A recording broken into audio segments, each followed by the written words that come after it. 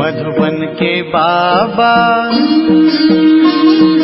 मधुबन के बाबा मुरली वाले, आपका क्या कहना,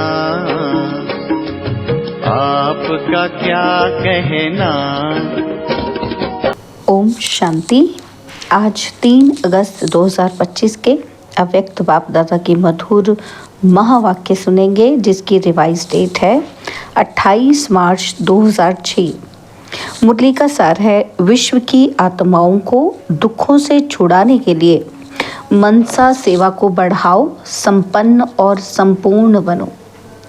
तो चलिए बहुत ही प्रेम और एकाग्रता से सुनते हैं आज के अव्यक्त बाप दादा के मधुर महावाक्य। आज सर्व खजानों के मालिक बाप दादा अपने चारों ओर के सर्व खजाने संपन्न बच्चों को देख रहे हैं। बाप दादा ने हर एक बच्चे को सर्व खजाने का मालिक बनाया है, एक ही देने वाला, और सर्व को एक जैसे सर्व खजाने दिए हैं। किसी को कम किसी को ज़्यादा नहीं दिए हैं। क्यों? बाप अखुट खजाने के मालिक हैं, तो बेहद का खजाना है, इसलिए हर एक बच्चा अखुट खजाने का मालिक है। तो बाप दादा ने सर्व बच्चों को एक जितना एक जैसा दिया है, लेकिन धारण करने वालों में कोई सर्व खजाने धारण करने वाले हैं और कोई यथाशक्ति धारण करने वाले, कोई नंबर 1 है और कोई नंबरवार है। तो जिन्होंने जितना भी धारण किया है, उन्हों के चेहरे से, नयनों से खजानों का नशा स्पष्ट दिखाई देता है। खजाने से भरपूर आत्मा चेहरे से, नयनों से भरपूर दिखाई देती है। जैसे स्थूल खजाना प्राप्त करने वाली आत्मा के चलन से, चेहरे से मालूम पड़ जाता है, तो यह अविनाशी खजानों का नशा खुशी स्पष्ट दिखाई देती है। संपन्नता का फकुर बेफिक्र बादशाह बना देता है। तो जहाँ ईश्वरी फकुर है, वहाँ फिक्र हो ही नहीं सकता। बेफिक्र बादशाह बेगमपुर के बादशाह बन जाते हैं। तो आप सभी ईश्वरीय संपन्नता के खजाने वाले बेफिक्र बादशाह हो ना। तो बेगमपुर के बादशाह हो, कोई फिक्र है क्या? कोई गम है कि क्या होगा, कैसे होगा? बाबा कहते हैं इसका भी फिक्र नहीं है। त्रिकालदर्शी स्थिति में स्थित रहने वाले जानते हो कि जो हो रहा है वह सब अच्छा, और जो होने वाला है वह और भी अच्छा। क्यों? ऐसा क्यों है? क्योंकि सर्वशक्तिवान बाप के साथी हो, साथ रहने वाले हो। हर एक को नशा है, फ़क्र है कि बाप दादा सदा हमारे दिल में रहते हैं और हम सदा बाप के दिल तख्त पर रहते हैं। तो ऐसा नशा है ना।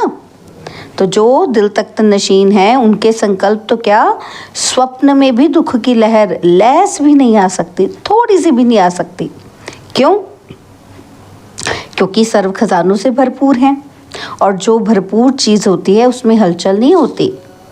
तो चारों ओर के बच्चों की संपन्नता देख रहे थे। हर एक का बाप दादा ने जमा का खाता चेक किया। खजाना तो अखुट मिला है, लेकिन जो मिला है उस खजाने को कार्य में लगाते खत्म किया है कि अब मिले हुए खजाने को कार्य में भी लगाया है और बढ़ाया भी है। बाबा कहते खजाने मिले ना बच्चों को, तो बाबा क्या चेक कर रहे हैं कि बच्चों ने सिर्फ जो मिला हुआ उसको यूज़ किया, खर्च किया, कि खर्च के साथ साथ बढ़ाया भी है। तो बाबा कहते कितनी परसेंटेज में हर एक के खाते में जमा है, ये चेक किया। क्योंकि ये खजाना सिर्फ अब इस समय के लिए नहीं है, ये खजाना तो भविष्य में भी साथ में चलना है। जमा किया हुआ ही साथ जाएगा। तो परसेंटेज देख रहे थे, तो क्या देखा बाबा ने? क्या देखा कि सेवा तो सभी बच्चे यथा योग व यथाशक्ति कर रहे हैं, लेकिन सेवा का फल जमा होना, उसमें अंतर हो जाता है। कई बच्चों का जमा का खाता देखा, सेवा बहुत करते हैं, लेकिन सेवा करने का फल जमा हुआ या नहीं, उसकी निशानियां क्या होंगी?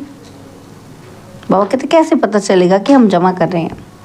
तो सेवा कोई भी हो, चाहे मनसा, चाहे वाचा, चाहे कर्मणा, तीनों में 100% मार्क्स होती है, और तीनों में 100 ही है।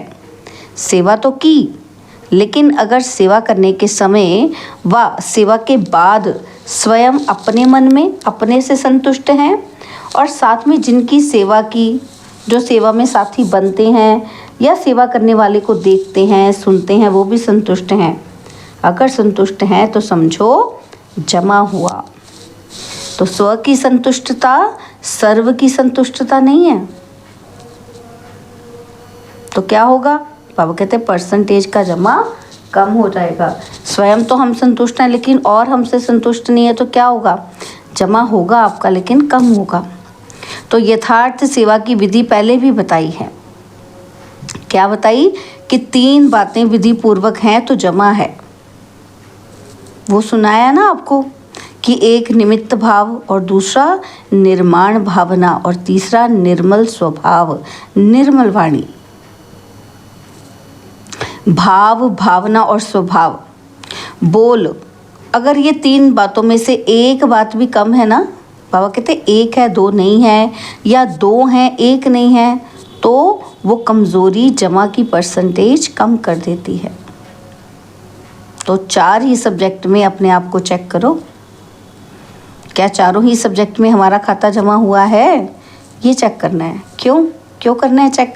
क्योंकि बाप दादा ने देखा कि कईयों की 4 बातें जो सुनाई ना बाबा ने, भाव, भावना, है ना, तो बाबा कहते हैं उस प्रमाण कई बच्चों का सेवा समाचार बहुत है लेकिन जमा का खाता कम है। बच्चों ने सेवा तो की है लेकिन खाते में कम जमा हुआ है। तो बाबा कहते हैं हर खजाने को चेक करो। कौन से खजाने? कि ज्ञान का खजाना, अर्थात जो भी संकल्प कर्म किया वो नॉलेजफुल होकर किया, साधारण तो नहीं हुआ। योग अर्थात सर्वशक्ति का खजाना भरपूर हो। तो चेक करो कि हर दिन की दिनचर्या में समय प्रमाण जिस शक्ति की आवश्यकता है उसी समय वो शक्ति ऑर्डर में रही। मास्टर सर्वशक्तिवान का अर्थ ही है मालिक। ऐसे तो नहीं कि समय बीतने के बाद शक्ति का सोचते ही रह जाएं। अगर समय पर ऑर्डर करने पर शक्ति इमर्ज नहीं होती तो बाबा कहते एक शक्ति भी अगर ऑर्डर में नहीं चला सकते हो तो फिर निर्विघ्न राज्य के अधिकारी कैसे बनेंगे? ठीक है ना। तो अगर शक्ति हमारे काम में नहीं चल रही तो फिर कैसे अधिकारी बनेंगे? तो शक्तियों का खजाना कितना जमा है, जो समय पर कार्य में लगाते हैं वो जमा होता है। तो चेक करते जा रहे हो कि मेरा खाता क्या है, क्योंकि बाप दादा को अभी बच्चों से अति प्यार है। बाप दादा यही चाहते हैं कि सभी बच्चों का जमा का खाता भरपूर हो। तो धारणा में भी भरपूर, और बाबा कहते धारणा की निशानी है कि हर कर्म गुण संपन्न होगा। जिस समय जिस गुण की आवश्यकता है वह गुण चेहरे चलन में इमर्ज दिखाई दे। अगर कोई भी गुण की कमी है, मानो सरलता के गुण की कर्म के समय आवश्यकता है, मधुरता की आवश्यकता है, तो चाहे बोल में चाहे कर्म में अगर सरलता मधुरता के बजाय थोड़ा भी आवेशता या थकावट के कारण बोल मधुर नहीं है, चेहरा मधुर नहीं है, सीरियस है ना, तो फिर उसको गुण संपन्न तो नहीं कहेंगे ना। तो बाबा कहते कैसे भी सरकमस्टांस हो लेकिन मेरा जो गुण है ना वह मेरा गुण इमर्ज होना चाहिए। तो अभी तो बाबा शॉर्ट में सुना रहे हैं। तो बाबा क्या कहना चाह रहे हैं कि जैसी भी मर्जी सिचुएशन आ जाए मेरा गुण मुझसे छूटना नहीं चाहिए। तो ऐसे ही सेवा में सेवाधारी की सबसे अच्छी निशानी है, क्या निशानी है? कि वो स्वयं भी सदा हल्का, लाइट और खुशनुमा दिखाई दे। और सेवा का फल तो है खुशी। अगर सेवा करते खुशी गायब हो जाती है तो सेवा का खाता जमा नहीं होता। सेवा की, समय लगाया, मेहनत की, तो थोड़ी परसेंटेज में वो जमा होगा, फालतू तो नहीं जाएगा, लेकिन जितनी परसेंटेज में जमा होना चाहिए ना उतना नहीं होता। तो ऐसे ही संबंध संपर्क की निशानी है कि दुआओं की प्राप्ति हो उससे।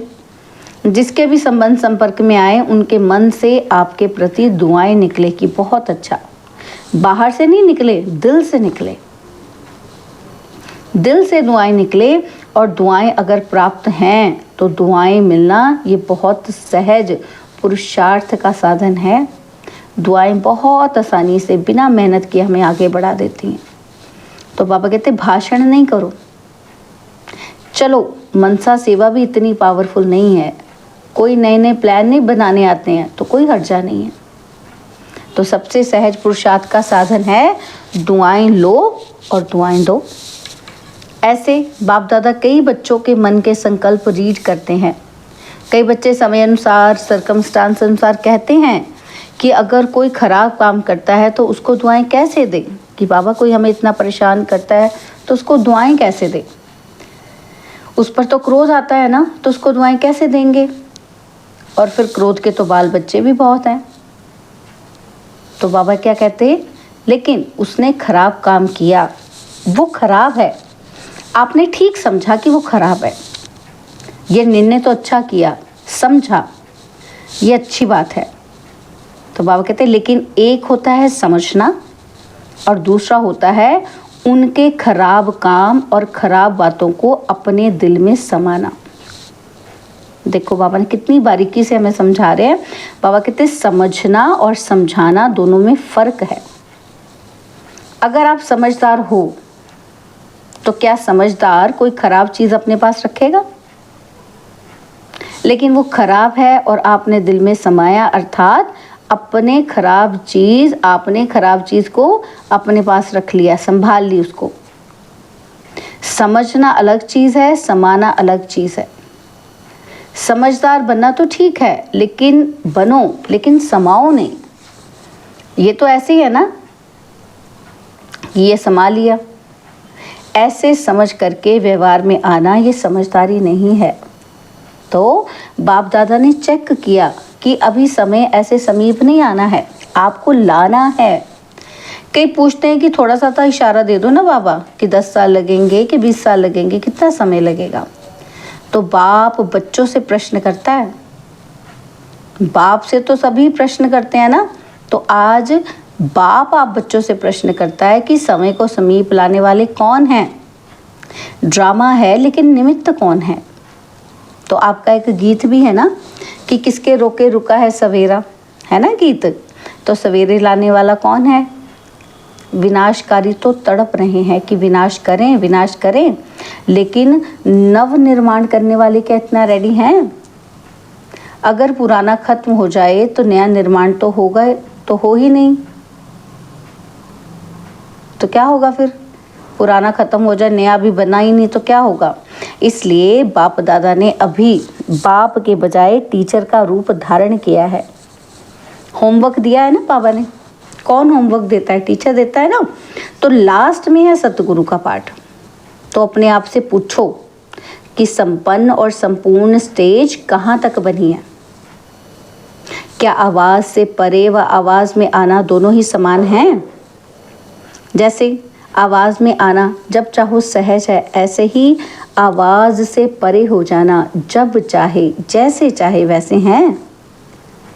सेकंड में आवाज़ में आ सकते हैं और सेकंड में आवाज़ से परे हो जाए, इतनी प्रैक्टिस है। जैसे शरीर द्वारा जब चाहो जहाँ चाहो वहाँ आ जा सकते हो ना, तो ऐसे ही मन बुद्धि द्वारा जब चाहो जहाँ चाहो वहाँ आ जा सकते हो। क्योंकि अंत में तो पास मार्क्स उसको ही मिलेगी ना जो सेकंड में जो चाहे, जैसा चाहे, जो ऑर्डर करना चाहे उसमें सफल हो जाए। तो साइंस वाले भी यही प्रयत्न कर रहे हैं कि सहज भी हो और कम समय में भी हो। तो ऐसी स्थिति है। क्या मिनटों तक आए हैं, सेकंड तक आए हैं, कहाँ तक पहुँचे हैं? जैसे लाइट हाउस सेकंड में ऑन करते ही अपनी लाइट फैलाते हैं, तो ऐसे आप सेकंड में लाइट हाउस बन चारों ओर लाइट फैला सकते हो। ये स्थूल आंख एक स्थान पर बैठे दूर तक देख सकती है ना, तो फैला सकती है ना अपनी दृष्टि। तो ऐसे ही आप तीसरे नेत्र द्वारा एक स्थान पर बैठे चारों ओर वरदाता विधाता बन नज़र से निहाल कर सकते हो। अपने को सब बातों में चेक कर रहे हो, इतना तीसरा नेत्र क्लीन और क्लियर है। और सभी बातों में अगर थोड़ी भी कमज़ोरी है तो उसका कारण पहले भी सुनाया है कि हद का लगाव मैं और मेरा है। क्या है कारण? मैं और मेरा। जैसे मैं के लिए स्पष्ट किया था ना, और होमवर्क भी दिया था, 2 मैं को समाप्त कर 1 मैं रखनी है। तो सभी ने ये होमवर्क किया? जो इस होमवर्क में सफल हुए हैं वो हाथ उठाओ। तो बाप दादा ने सबको देखा है। हिम्मत रखो, डरो नहीं, हाथ उठाओ। अच्छा है, मुबारक मिलेगी। बहुत थोड़े हैं, इन सबके हाथ टीवी में दिखाओ। और बहुत थोड़ों ने हाथ उठाया है कि अभी क्या करें। सभी को अपने ऊपर हंसी भी आ रही है। अच्छा, और दूसरा होमवर्क था क्रोध को छोड़ना है। ये तो सहज है ना, तो क्रोध को किसने छोड़ा? इतने दिनों में क्रोध नहीं किया है ना, तो इसमें बहुत देर बच्चों ने हाथ उठाया। बाबा कहते इसमें थोड़े ज़्यादा हैं जिन्होंने क्रोध नहीं किया। तो आपके आसपास रहने वालों से भी पूछेंगे, जिन्होंने हाथ उठाया वो खड़े हो जाओ। अच्छा, बहुत हैं कि क्रोध नहीं किया है। तो बाबा पूछ रहे क्रोध नहीं किया, संकल्प में या मन में क्रोध आया? चलो फिर भी मुबारक हो। अगर मन में आया, मुख से नहीं किया, तो भी मुबारक है, बहुत अच्छा। तो आप ही रिजल्ट के हिसाब से देखो कि क्या स्थापना का कार्य स्वयं को संपन्न बनाना और सर्व आत्माओं को मुक्ति का वर्षा दिलाना ये संपन्न हुआ है। स्वयं को जीवन मुक्ति स्वरूप बनाना और सर्व आत्माओं को मुक्ति का वर्षा दिलाना, ये है स्थापना करता आत्माओं का श्रेष्ठ कर्म। तो बाप दादा इसीलिए पूछता है, क्या पूछता है कि सर्व बंधनों से मुक्त जीवन मुक्त की स्टेज पर संगम पर ही पहुंचना है, वह सतयुग में पहुंचना है। संगम में रहना है या जाना है सतयुग में? संगम युग में संपन्न होना है या वहाँ भी राजयोग करके ही सीखना है? पापा कहते हैं संपन्न तो यहीं बनना है ना, और संपूर्ण भी यहीं बनना है। संगम युग के समय का भी सबसे बड़े से बड़ा खजाना है। तो किसके रोके रुका है सवेरा, बताओ? तो बाप दादा क्या चाहते हैं? क्योंकि बाप की आशाओं का दीपक बच्चे ही हैं, तो अपना खाता अच्छी तरह से चेक करो। कई बच्चों को तो देखा कि कई बच्चे तो मौजी राम हैं, मौज में ही चल रहे हैं कि जो हुआ सोचा, अभी तो मौज बना लो, सतयुग में कौन देखता है, कौन जानता है। तो जमा के खाते में ऐसे मौजी लाल कहो, मौजी राम कहो, ऐसे भी बच्चे देखे कि मौज कर लो। दूसरों को भी कहते कि अरे क्या करना है, मौज करो, खाओ पियो मौज करो, कर लो मौज। बाप भी कहते हैं कर लो। अगर थोड़े में राजी रहने वाले हो तो थोड़े में राजी हो जाओ। विनाशी साधनों की मौज अल्पकाल की होती है, और सदाकाल की मौज को छोड़ अगर अल्पकाल के साधनों की मौज में रहना चाहते हैं तो बाप दादा क्या कहेगा? इशारा देगा और क्या करेगा? कोई हीरो की खान पर जाए और 2 हीरे लेकर खुश हो जाए, उसको क्या कहेंगे? तो ऐसे नहीं बनना। अति इंद्रिय सुख के मौज के झूले में झूलो, अविनाशी प्राप्तियों के झूले की मौज में झूलो। ड्रामा में देखो, माया का पार्ट भी विचित्र है। तो इसी समय ऐसे ऐसे साधन निकले हैं जो पहले थे ही नहीं। लेकिन बिना साधन के भी जिन्होंने साधना की, सेवा की, वह भी तो एग्जाम्पल सामने है ना हमारे पास। तो क्या ये साधन थे तब? लेकिन सेवा कितनी हुई, क्वालिटी तो निकली ना, आदि रत्न तो तैयार हो गए ना। तो ये साधनों की आकर्षण है।